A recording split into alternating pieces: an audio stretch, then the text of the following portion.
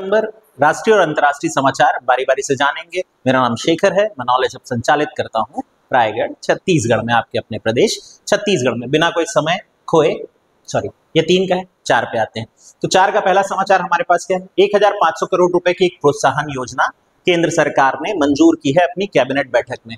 क्या है इस परियोजना का उद्देश्य? भारत के लिए, जैसा कि आप सब जानते हैं, जो वेस्टेज मटेरियल्स होते हैं इलेक्ट्रॉनिक गुड्स के, उनसे भी धातुओं का निष्कर्षण किया जा सकता है। इस योजना का अहम पड़ाव या अहम उद्देश्य यही है कि वे सारे महत्वपूर्ण खनिज जो कि ऐसे वेस्टेज, ई वेस्ट जिसे हम कहते हैं, उससे पृथक किए जा सकते हैं और उनका उत्पादन किया जा सकता है, उसके पुनर्चक्रण क्षमता को बढ़ाएं। इस उद्देश्य से 1500 करोड़ रुपए विकसित किया जाएगा इस क्षेत्र में। तो ये केंद्र सरकार ने इसको मंजूर किया है। किस योजना का हिस्सा अगर आपसे पूछ लेगा तो राष्ट्रीय महत्वपूर्ण खनिज मिशन जो चलाया जा रहा है, उस योजना के तहत इसको स्वीकार किया गया है। केंद्रीय कैबिनेट प्रधानमंत्री की अध्यक्षता में इसको मंजूरी दी। 2025-26 से ये नीति लागू होगी 2030-31 के लिए, यानी कि कुल लगभग 6 सालों तक ये 1500 करोड़ रुपए व्यय किए जाएंगे ई वेस्टेज से महत्वपूर्ण खनिज रेजरेक्ट करने के लिए। पहली न्यूज क्लियर। दूसरी पर आते हैं। दूसरा हमारे पास है ड्रोन वॉरफेयर स्कूल। जैसा कि सब जान रहे हैं हम लोग, अभी हम लगातार कश्मीर वाले संघर्ष पे हुए तो हमने ड्रोन हमले को बहुत ज्यादा महत्वपूर्ण तरीके से काम करते हुए देखा, और इसीलिए चूंकि भविष्य के युद्ध में ड्रोन और आधुनिक तकनीकों का प्रयोग किया जाएगा, ये उतना ही जरूरी है कि ड्रोन कमांडोज तैयार किए जाए। इसीलिए भारत सरकार के द्वारा मध्य प्रदेश के टेकनपुर में बीएसएफ एक नया स्कूल, एक नया प्रशिक्षण केंद्र प्रारंभ कर रही है जहां ड्रोन कमांडोज तैयार किए जाएंगे। इसका उद्देश्य यही है, भविष्य की लड़ाई में ड्रोन के बढ़ते प्रयोग, ड्रोन कमांडोज, इसके अलावा यूएवी यानी अनमैन्ड जो व्हीकल्स होते हैं उनका प्रयोग, एंटी ड्रोन वॉरफेयर, अगर दुश्मन के देश के ड्रोन आ रहे हैं तो उसको कैसे आप समाप्त कर सकते हैं, इस सर्विलांस यानी कि जांच करना, ये सारी चीजें जो है कि यहाँ ट्रेनिंग में सिखाई जाएगी। तो ये इस तरह का पहला ट्रेनिंग केंद्र होगा। अगली न्यूज पर आते हैं। ये एक और इंटरेस्टिंग न्यूज है। बिहार में भूटान का बौद्ध मंदिर। बिहार अभी विधानसभा चुनाव के कारण तो चर्चा में है ही, लेकिन उसके साथ साथ कुछ अंतर्राष्ट्रीय घटनाएं भी हो रही हैं। भूटान से हमारे रिश्ते बढ़िया हैं। अभी आप न्यूज में ये भी देखे थे कि भूटान के नागरिकों को बिना किसी पासपोर्ट के भारत में आने की अनुमति दे दी गई है। नेपाल भी शामिल है। पर यहाँ क्या हो रहा है? यहाँ ये हो रहा है कि भूटान में भी बौद्ध धर्म चूंकि पालन किया जाता है, तो उसके एक मंदिर की स्थापना की गई है राजगीर में। बिहार के राजगीर में इस मंदिर को बनाने की शुरुआत की गई थी 2018 से, अब जाकर के वो पूरा हो रहा है। इसका उद्घाटन करने के लिए पहुंच रहे हैं भूटान के प्रधानमंत्री, दाशो शोरिंग नाम है उनका, और बिहार के मुख्यमंत्री नीतीश कुमार भी वहां उद्घाटन समारोह में मौजूद रहेंगे। बुद्ध जी की 10 फीट ऊंची प्रतिमा है जो राजगीर में सबसे बड़ी प्रतिमा है, गौतम बुद्ध की मौजूद प्रतिमाओं में से। इसके अलावा बौद्ध भिक्षुओं के ठहरने का स्थान भी होगा जो कि भूटान से यहाँ आकर के बौद्ध धर्म के बारे में शिक्षा आदि प्राप्त करते हैं उनके लिए, और मेडिटेशन सेंटर वगैरह भी बना होगा। ये उसकी तस्वीर है जिसका उद्घाटन किया जाने वाला है। अगले पर आते हैं। आंगनबाड़ी और प्राथमिक स्कूलों को मर्ज किया जाएगा। एक बड़ी घोषणा ये हुई है। स्कूल शिक्षा विभाग जो है हमारा, महिला बाल विकास विभाग, ये दोनों मिलकर के क्या कर रहा है? ये कर रहा है आंगनबाड़ियों और प्राथमिक शिक्षा केंद्रों को मर्ज। तो देश में आंगनबाड़ियों की संख्या थोड़ी ज्यादा है।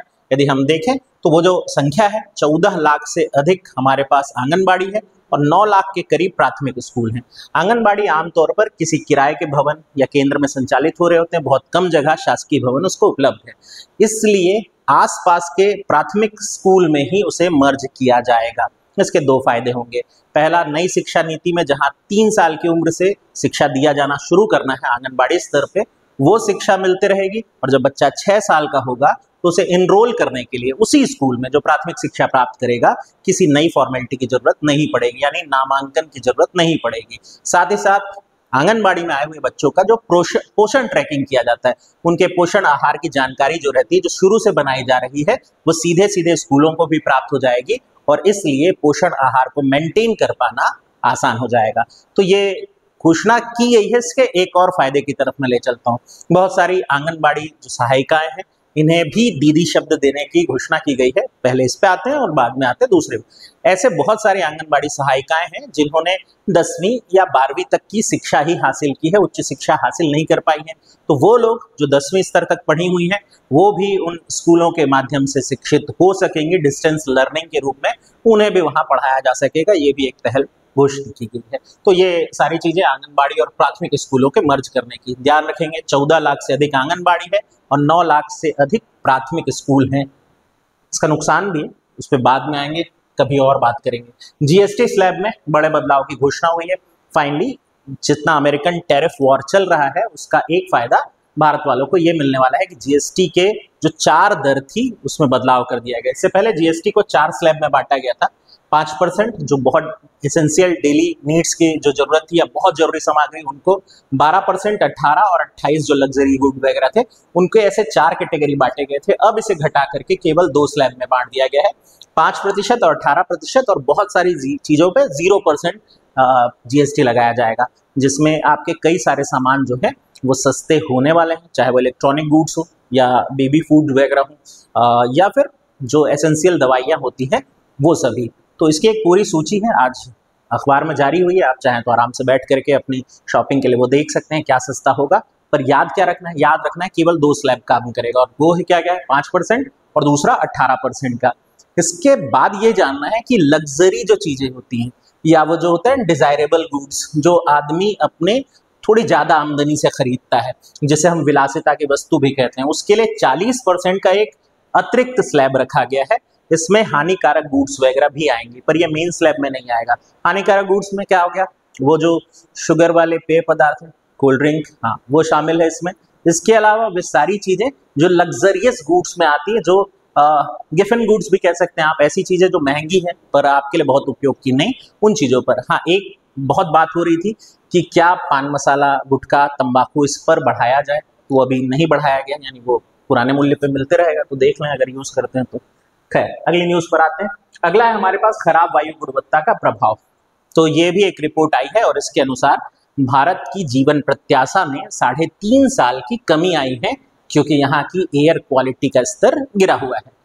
2.5 पीएम या पर्टिकुलेट मैटर जिसे हम कहते हैं, उससे ज्यादा वाले भाग में रहने वाली आबादी की यदि बात करें तो भारत की 46% आबादी ऐसे क्षेत्र में रह रही है जहां पीएम 2.5 की सीमा पार कर चुका है, यानी कि बहुत हानिकारक है। इस कारण से भारत के लोगों की जीवन प्रत्याशा यानी कि कितने लाइफ एक्सपेक्टेंसी कहते हैं हम, वो कितना गिर गया है, तो 3.5 साल। ऐसे ही बहुत कम था, वो 3.5 साल और हो गया है। इसमें सबसे खराब गुणवत्ता ऑफकोर्स बिना किसी डाउट के आपको पता है दिल्ली है। तो दिल्ली सबसे खराब स्थिति में है। इसको जारी किया है energy policy institute of Chicago नाम की एक संस्था ने। ये एयर क्वालिटी का प्रभाव लाइफ एक्सपेक्टेंसी पर जारी करता है हर साल। अगले पर आते हैं। अगले पर है हमारे पास कुछ वन लाइनर न्यूज, जैसे विजय राजी, इनको ओपन एआई, जो कि ऑफकोर्स सबसे पहला प्लेटफॉर्म था एआई की दुनिया में, उसके पहले चीफ टेक्नोलॉजी ऑफिसर नियुक्त कर दिया गया है। तो एक भारतीय का और दखल वैश्विक संस्था पे। कपास किसान ऐप लॉन्च किया गया गिरिराज सिंह, जो हमारे केंद्रीय कपड़ा मंत्री, उनके द्वारा।